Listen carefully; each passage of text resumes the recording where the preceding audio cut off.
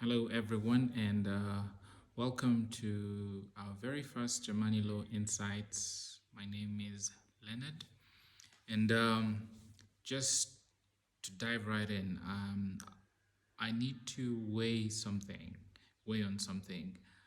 There has been a lot of media debate, reporting, conflicts among musicians in Uganda. And of course, the debate all boils down to there's always that jab placed, the blame that is being apportioned to the law, copyright law, and how effective it is in protecting the rights of artists in Uganda and the need to reform the law and all that. And so I just wanted to weigh in on some of the most salient issues that the artists are complaining about. So most recently, just to give you a brief background of what is being talked about in the media in Uganda, the most recent, I think, issue was that there is a group of musicians that have decided to set up their own parallel association of musicians, and by yes, of musicians, to advocate for their rights. And I don't know whether this also extends to collecting royalties and all that. But at the moment, I think there are wider issues besides that. But it all boils down to the welfare of artists in Uganda and the like. So this new parallel group believes, I would think that there's some discontent among musicians. That is why this new group came about. Of course, there are different versions of why this group was established. However, there has always been a recurring debate. Artists complaining that the Copyright Neighboring Rights Act is not effective. There's not enough. There are not enough provisions that are stringent, strong, and effective to promote the welfare and interests of artists in Uganda, and in essence promote the music sector or industry, whichever you will call it. So I just wanted to weigh in on that. I wrote a paper back in 2018 on it was a comparative analysis of the copyright protections under the different laws within Africa, but specifically a comparative analysis between those different laws, the protections within the laws of Uganda, specifically the Copyright Neighboring Rights Act, and the regulations. I drew some examples also from other laws regulating intellectual property, such as the Trademarks Act and the Industrial Properties Act, in how they are, specifically the Copyright Act is effective in protecting the rights of artists and authors or owners of copyright within the digital space. Of course, a lot has been written about that topic, perhaps not enough, because there's still room for research and insight in that area. But back then, and I believe that is still relevant now because the law hasn't been amended yet.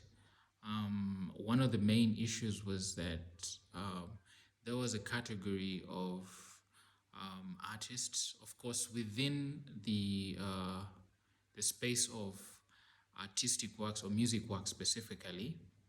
You have a bunch of people who are involved in the production of these works. You will have performers, musicians, singers.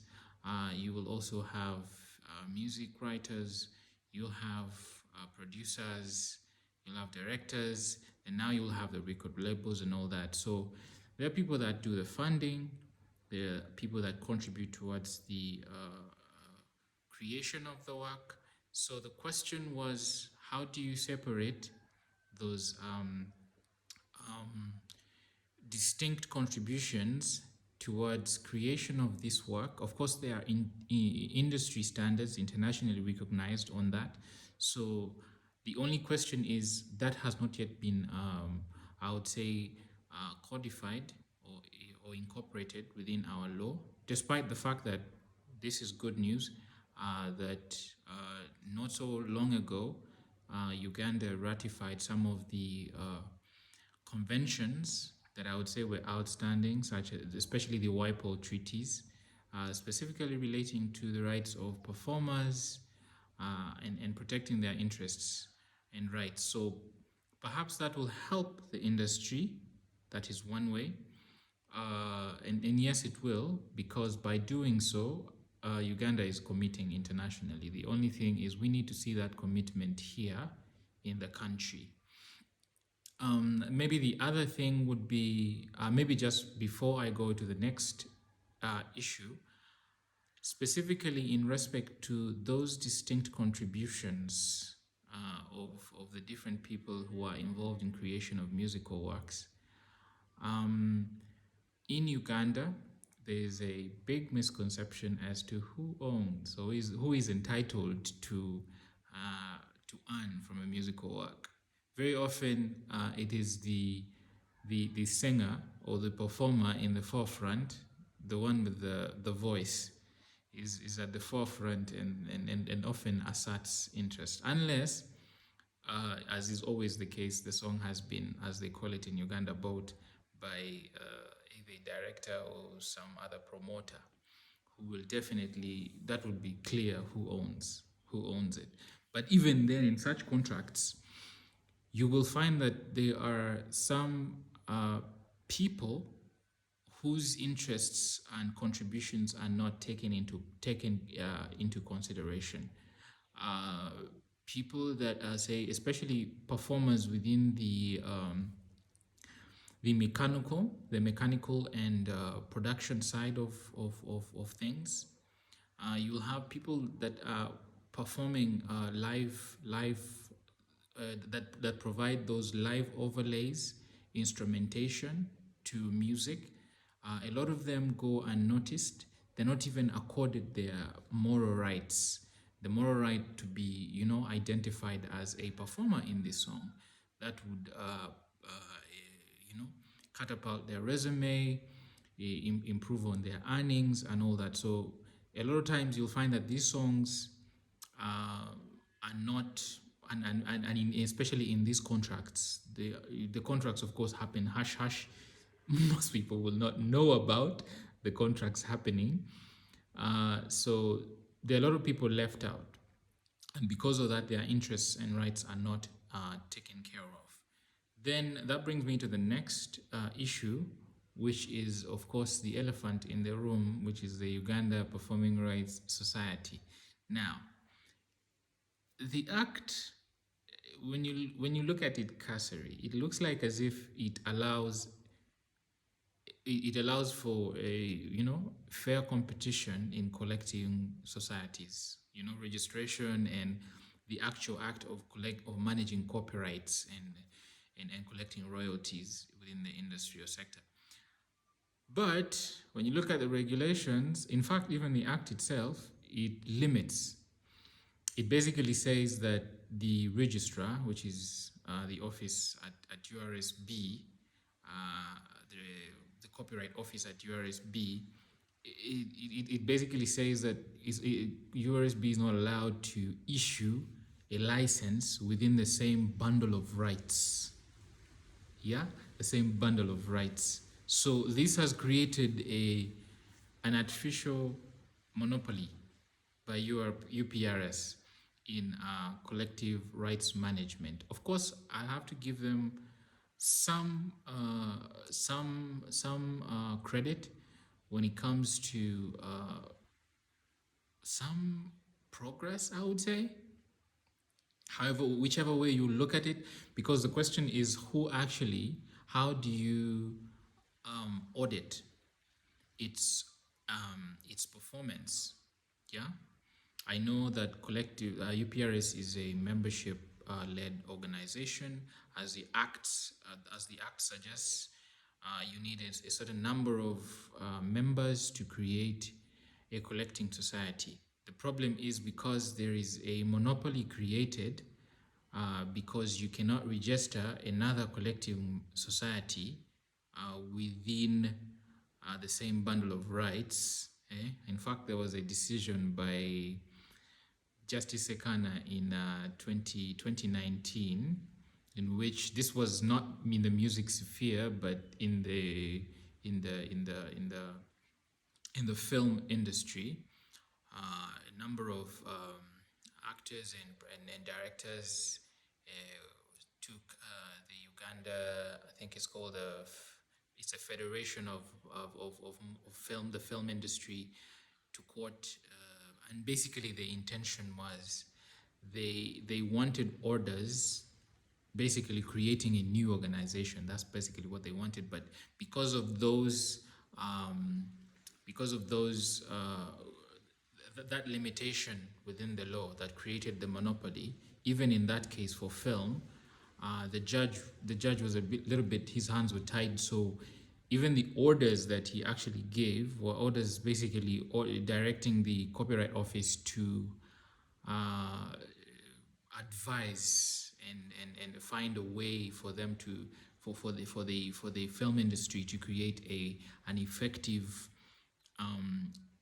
collecting management society, which of course you'll give me more information if you have it, how that is effective, that has gone, whether that is actually effective right now. Perhaps maybe that is one of the reasons as to why the movie industry is relatively developing. But I would say, by and large, I would think that it is more attributed to the private sector, the foreign companies and that have come in to promote local talent, and also some funds being channeled through the Uganda Communications Commission towards promoting grassroots filmmaking and talent and all that. But maybe that is also not enough. It's not enough because Uganda has a lot of talent. There are a lot of youth that have the ability, that have studied, that just need enough, that need a space that enables them to uh, improve their craft. So back to the music industry. So UPRS has, how do I say, monopolized collecting of uh, collecting royalties and managing copyrights within the Ugandan sphere. And of course, a lot of artists have had a bunch of outbursts in public against UPRS. Even the late Mose Radio, may his soul rest in peace, the big guy. He wasn't well with the UPRS gang, so he wasn't good with them.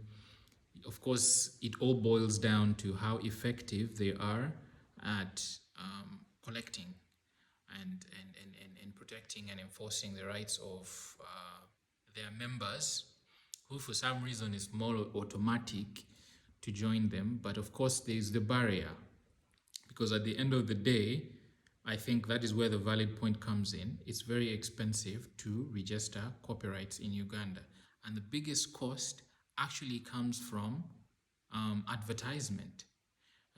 It's one of the requirements within the process of registering copyright, because whereas everyone has an automatic uh, right to copyright upon the creation of a work and fixing it into a material form, either on a CD or other digital storage device, you cannot enforce it unless you have registered it.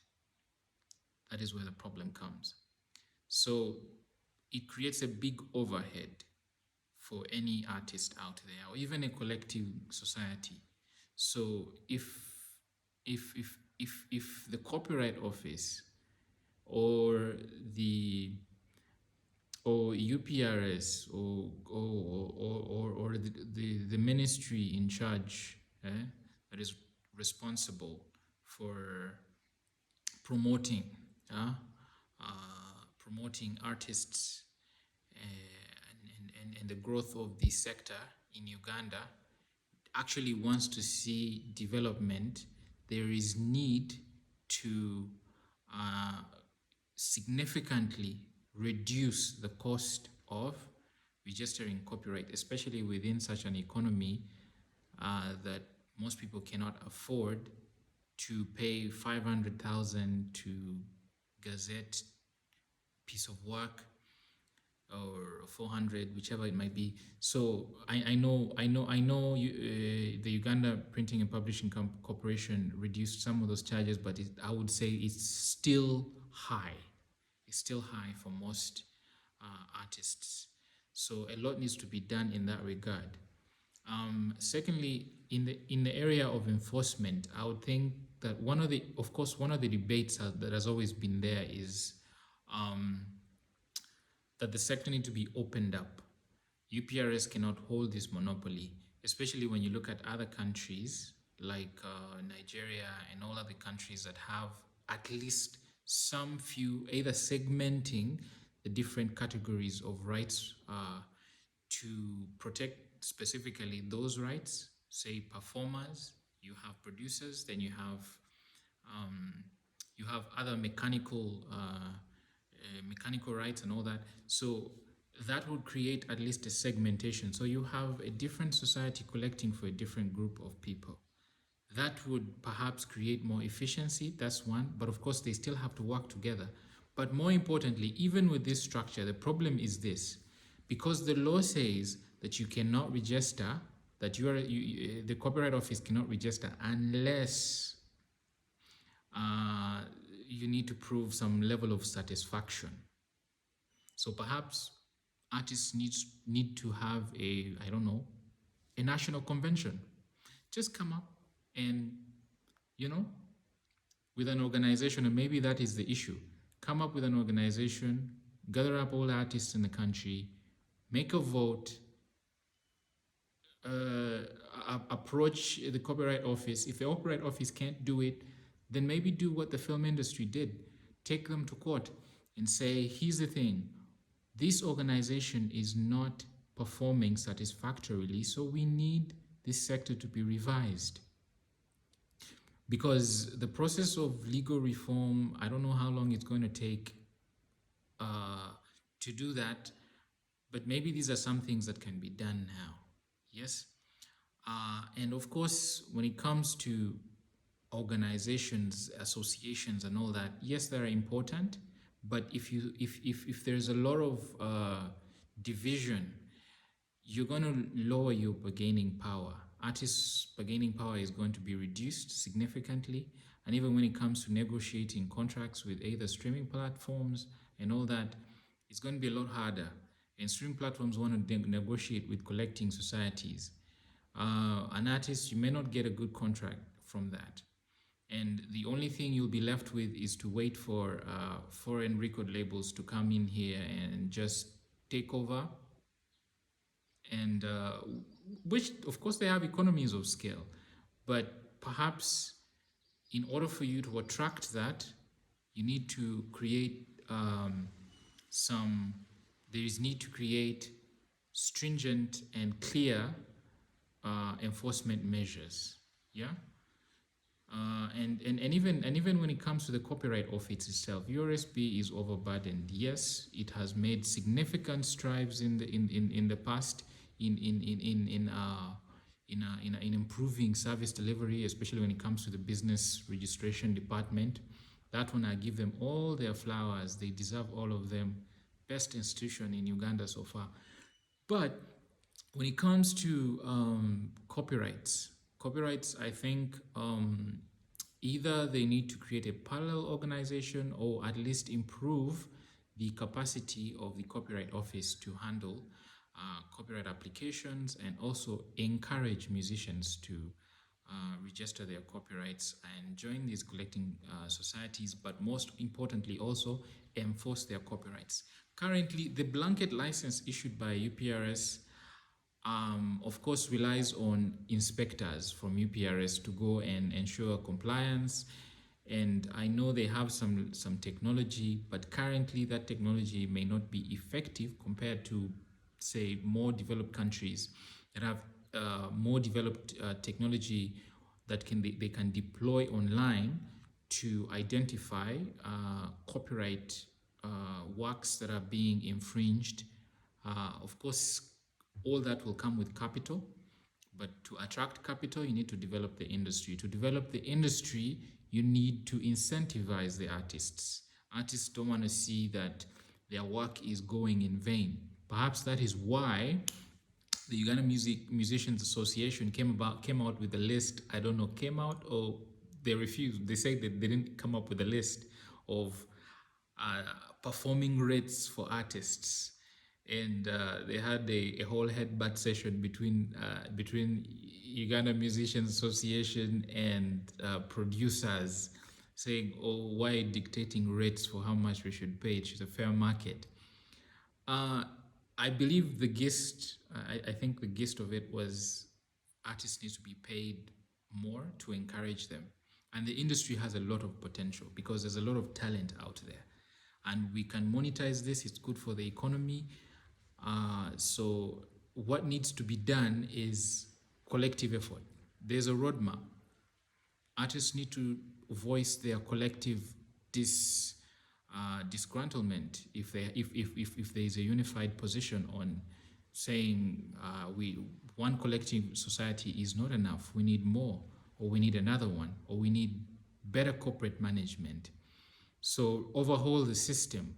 You need more professionalism. You need more investment. The only way you're going to attract investment is if you can demonstrate cash flow. Cash flow will only come if there are clear mechanisms of collecting.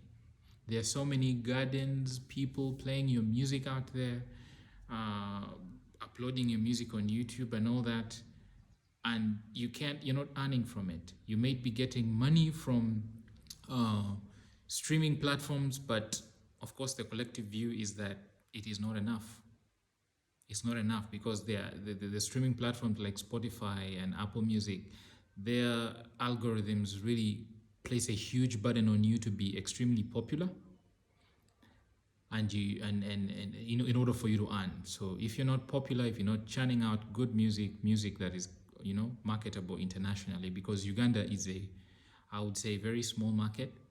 So in order for you to get better funding, you need to appeal to a wider audience, but without taking away the traditional aspects of music within Uganda, which also need to be protected. That is within the realm of course, government. Government needs to help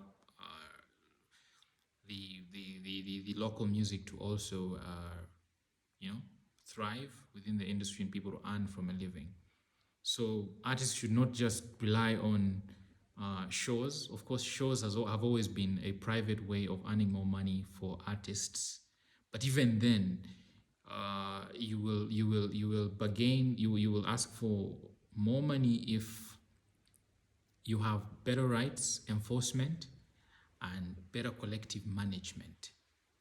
Yeah. So, of course, I've not mentioned all the sections in the law and all that, but for more information, you can reach out to us at the Jamani-Law Institute. I will place a link in the description of our email address and our contact info for anyone that has any questions in that respect. Thank you and good day.